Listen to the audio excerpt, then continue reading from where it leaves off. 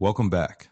Over the last 3 sessions, we've spent time understanding the ITIN, what it is, how it works, and why knowing the process matters.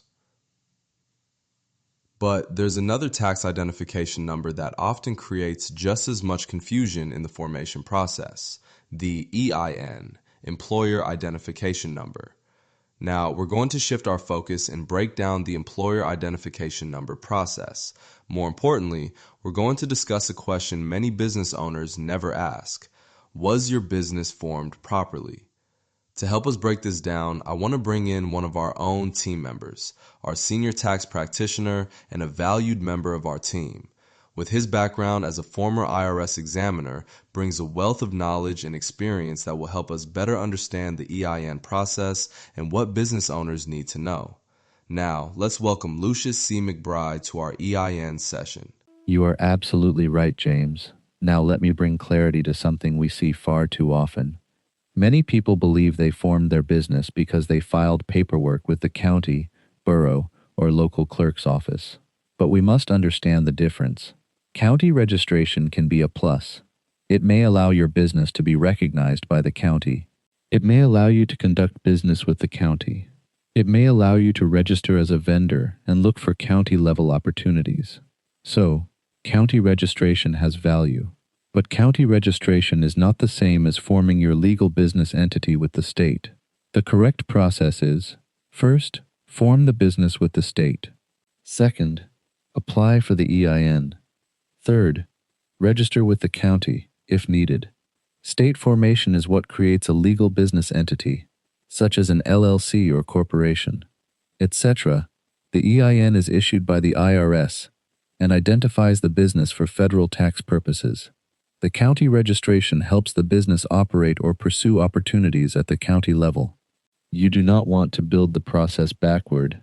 If you register with the county first, or only get an EIN, you may have paperwork, but that does not mean your LLC or corporation was properly formed with the state. That is why state formation comes first. When your LLC or corporation is properly formed with the state, the business receives a state entity ID or record of the formation, and every state is different. That entity ID or record shows that the business was created through the state filing system, and that's highly important in forming or dissolving a business. Then when you apply for the EIN, the IRS record can match the correct legal structure. Now, when you register with the county, you are registering for a business that already has the proper foundation. So, let's be clear. The county may register your business for local recognition and opportunities. The IRS may issue your EIN, but the state forms your legal business entity. That is the correct order. State formation, EIN, then county registration, if needed.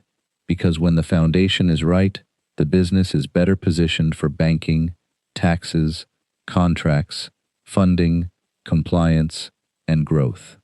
Remember, the county registration has value. It can help your business do business with the county and pursue local opportunities.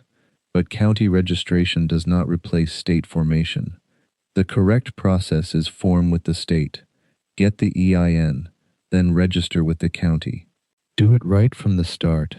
Now let me share just a few issues that may arise when you're not properly formed. You may have trouble opening a business bank account because the bank may ask for state formation records, an entity ID, and proper ownership documents. You may run into tax filing issues if the EIN does not match the correct legal structure of the business. You may have difficulty proving that the business is legitimate when applying for contracts, funding, permits, or vendor opportunities. You may create confusion around ownership, especially if there is no operating agreement or state record showing how the business was formed. You may also lose time and money trying to correct mistakes that could have been avoided by forming the business properly from the start. That is why the right process matters. At James Lawrence Associates, our mission is to give you the right guidance so you can build your business correctly from the very beginning.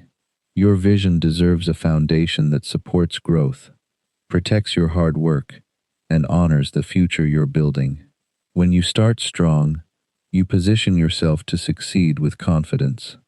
Before we close our discussion on the EIN, we've shared the process of educating our viewers on the ITIN and EIN number, but there's one more number that many business owners overlooked, and it could affect the future of their business. Our next and final session is Session 4, Part 2, The Overlooked Number of Your Business with Lucius C. McBride.